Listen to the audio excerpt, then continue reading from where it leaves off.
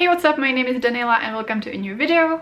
So today I want to share a TBR with you, although it's getting closer to the end of the month. But there is a readathon happening next week, which is very exciting. It is a very exciting readathon and it's the Romcomathon. And this readathon is hosted by Aoife from Pretty Purple Polka Dots and Michelle from Michelle's Library. And as the title suggests, it is focused on reading rom-coms, romances, all of that goodness. So I'm going to be talking about my TBR, but I'm also going to give you some tips because there are some prompts, as they usually are, and there's also a bingo board, which is amazing. So this is the bingo board, and as you can see, there are several prompts. So we have POC or LGBTQ+ rep, then there's the host's color, which for Aoife is yellow and for Michelle is green. So the color has to appear on the cover at least a little bit. Then there's the group read, which is The Killer Vacation by Tessa Bailey, which I won't be reading because I don't own it and I'm currently trying not to buy books. And I don't know if that's the book I should start with if I want to read some Tessa Bailey. I might read It Happened One Summer, not during the readathon because I also don't own it, but eventually. But let me know if you think it would be a good starting point. Then there's the comfort food prompt, which is pretty easy because most of the food I eat is comfort food, kind of. So I'm sure I can think of something that will count. Then there's a fave trope one, a backlist title, treat yourself prompt, and to attend reading sprint. And yeah, the readathon is happening from this upcoming Monday the 22nd all until the 29th.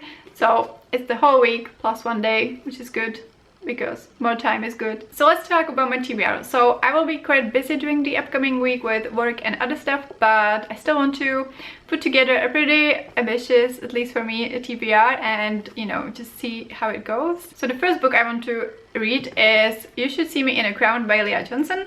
So I have previously read one other book by this author, which I will mention in a minute, but this is a young adult contemporary taking place in high school, and our main character wants to get out of her small town and go to university, but to get there she needs some financial aid, and when that falls through, she thinks that it is hopeless, but then she realizes that if she can win prom queen, or if she can be prom queen, we don't have prom, so I don't really know the terms, she can get some of the aid. So she's pursuing that, and then she also meets this new girl who I think is also running for the prize, and there's a romance between them. So yeah, this fulfills the prompts of POC or LGBTQ+ rep. I mean, they are both, so it's perfect. And look, there's even a little bit of yellow on the cover, so that's for the host's favorite color prompt as well. This has been on my TBR for a year and I am really excited to read it. It just hasn't happened yet, and the fact is that often I don't really feel like reading about high school and high school drama, but at the same time I think this is going to be wonderful. So yeah, this is my first pick. Then the second book I'd like to read is Billy and Me by Joanna Fletcher. So this is going to be my first Joanna Fletcher book. Again, this book has been my TBR for a year, I guess. And yeah, I'm very curious to try out this author. It is an adult romance, and all I really know about it is that it's between an ordinary woman and a famous guy, which is the only trope I know of in this book. And regarding tropes, actually I'm not quite sure which are my favorite and least favorite. I think I need to read more romance books to solidify that opinions, but also I think it also really depends on the specific book and how it's done.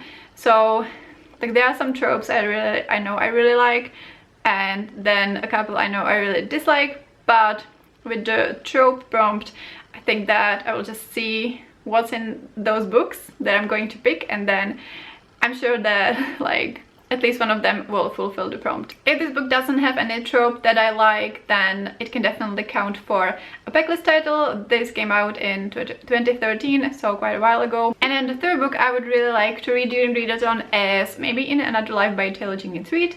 So Taylor Jenkins Reid is one of my favorite authors. I've read I don't know how many books by this point, but I gave 5 stars to The Seven Husbands of Evelyn Hugo and Daisy Jones and the Six, and then I gave 4 stars to One True Loves and also The Evidence of the Affair, I think, and also Malibu Rising, which I finished recently. And I'm just reading the whole backlist of Taylor Jenkins Reid. So I currently own 2 books from her backlist. This is one of them. Again, it has been sitting on my TBR. It hasn't been something I reached for. I mean, I still needed to read Malibu Rising first, I felt. So yeah, now it's finally time to go back to her backlist again. And I like going into her books, not knowing much, but this is about like 2 alternate timelines. I'm not sure how it's going to actually work, but basically the author explores like the options that you make some choices and it leads you one way, and then if you made other choices it could lead you like somewhere totally different, and that's what the book is about. And I think in each of the timeline she will either like find someone, so it might be a love triangle, I'm really not sure, but if there's a love triangle, that's one of my favorite tropes. And I also enjoy the alternate timelines or like different versions of your life, so this could work for the tropes one. And other than that, as I mentioned, it is a backlist title. Also with a little bit of fantasy, like this might be like dark yellow, the frame, and the dress might be like weird green. But yeah, I might not need to push it that far and just use it for another prompt, we will see. On the cover it says, "It's not a spoiler to say love wins," which I hope it's not going to be like kind of heartbreaking as One True Loves was, because that was quite intense, although I really liked it. So that is the TBR, and I also want to give you some recs for things that would fit in the prompts, and these are romances that I loved pretty recently. So the first is The Love Hypothesis by Ellie Hazelwood.